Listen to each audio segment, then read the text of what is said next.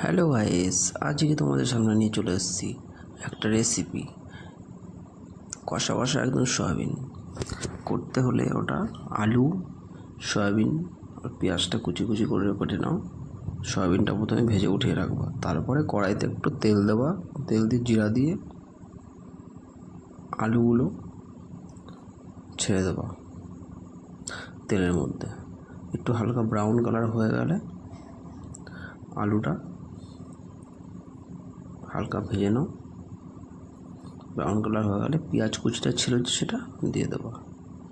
তারপরে যে মশলাটা করেছো, আদা রসুন টমেটো পেস্ট, এটা তার মধ্যে দিয়ে দেবো। দিয়ে ভালো করে কষাবা, কষিয়ে সয়াবিনটা দিয়ে আরও ভালো করে কষাবা যতক্ষণ না তেল ছাড়বে।